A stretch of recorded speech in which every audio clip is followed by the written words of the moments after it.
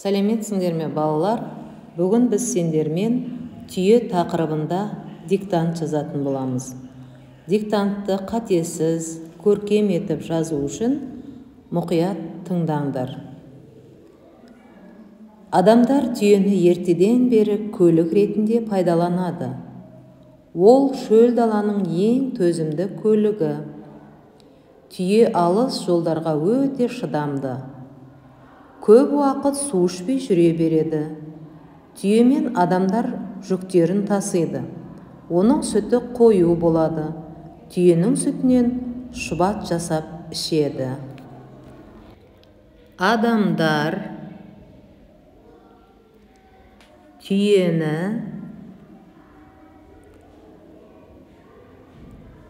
ертеден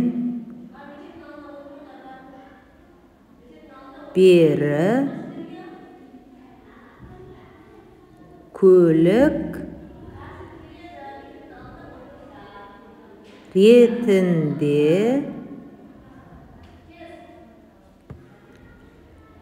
пайдаланады.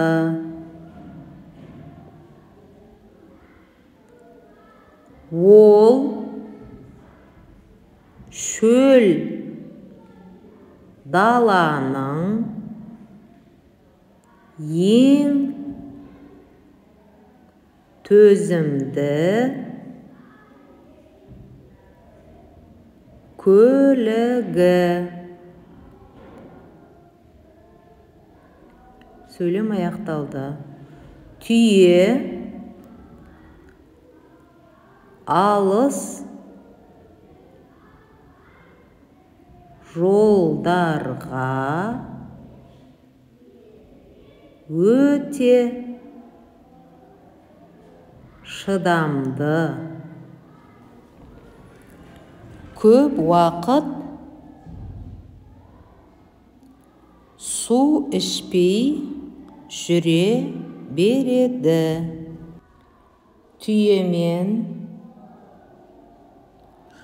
адамдар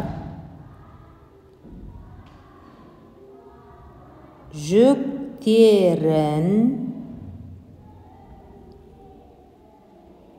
тасиды.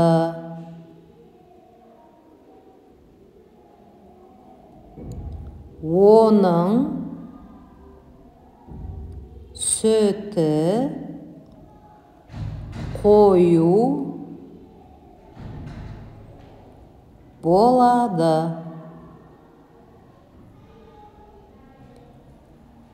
Түйенің сүтінен шұбат жасап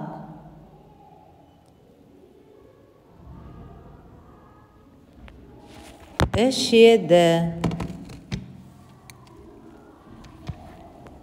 Балалар, осымен біздің бүгінгі диктантымыз аяқталды. Жұмыстарыңды бітсеңдер, мұқият бір тексеріп шығыңдар.